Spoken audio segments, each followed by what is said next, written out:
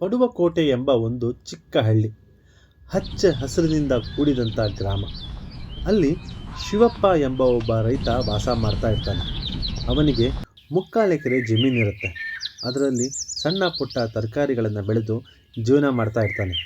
ಅವನ ಮಗ ಸುರೇಶ್ ತುಂಬ ಶ್ರಮಜೀವಿ.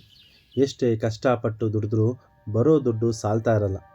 ಮನೆ, ಮಕ್ಕಳು, ಮಕ್ಕಳ ಖರ್ಚು, ಅವರ ವಿದ್ಯಾಭ್ಯಾಸ, ಇದಕ್ಕೆಲ್ಲ ತುಂಬ ಸಾಲ ಮಾಡಿರ್ತಾನೆ.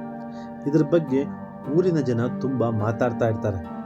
ಇದನ್ನೆಲ್ಲ ಕೇಳಿಸ್ಕೊಂಡು ಶಿವಪ್ಪನಿಗೆ ತುಂಬ ಬೇಜಾರಾಗತ್ತೆ.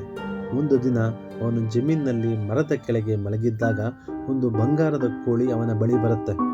ಆ ಬಂಗಾರದ ಕೋಳಿ ಶಿವಪ್ಪನೊಂದಿಗೆ ಮಾತನಾಡೋದಕ್ಕೆ ಶುರು ಮಾಡುತ್ತೆ.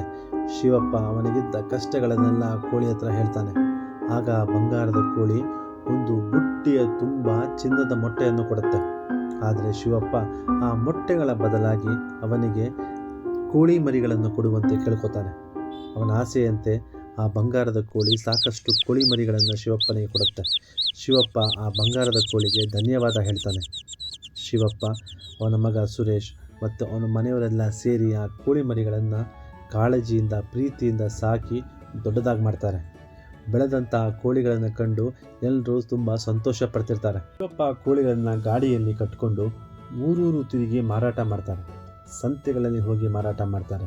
ಆ ಕೋಳಿಗಳಿಂದ ಬಂದಂಥ ಮೊಟ್ಟೆಗಳು, ಅದರಿಂದ ಆದಂಥ ಮರಿಗಳಿಂದ ಅವರು ಒಂದು ದೊಡ್ಡ ಫಾರಮನ್ನು ಕಟ್ತಾರೆ. ಶಿವಪ್ಪ ಮತ್ತು ಅವನ ಮಕ್ಕಳು ಸಂತೋಷವಾಗಿ, ಸುಖವಾಗಿ, ನೆಮ್ಮದಿಯಾಗಿ ಜೀವನ ಮಾಡಿಕೊಂಡು ಹಾಯಾಗಿರ್ತಾರೆ. ಈ ಕತೆ ಬಗ್ಗೆ ನಿಮ್ಗೇನು ಅನ್ನಿಸ್ತು ಅಂತ ಕಮೆಂಟ್ ಮಾಡಿ.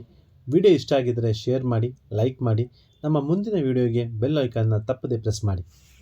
ನಿಮ್ಮಲ್ಲಿ ಯಾರಿಗಾದರೂ ಕೋಳಿ ಸಾಕಾಣಿಕೆ ಬಗ್ಗೆ ಆಸಕ್ತಿ ಇದ್ದರೆ ನಮ್ಮನ್ನು ಸಂಪರ್ಕ ಮಾಡ್ಬೋದು.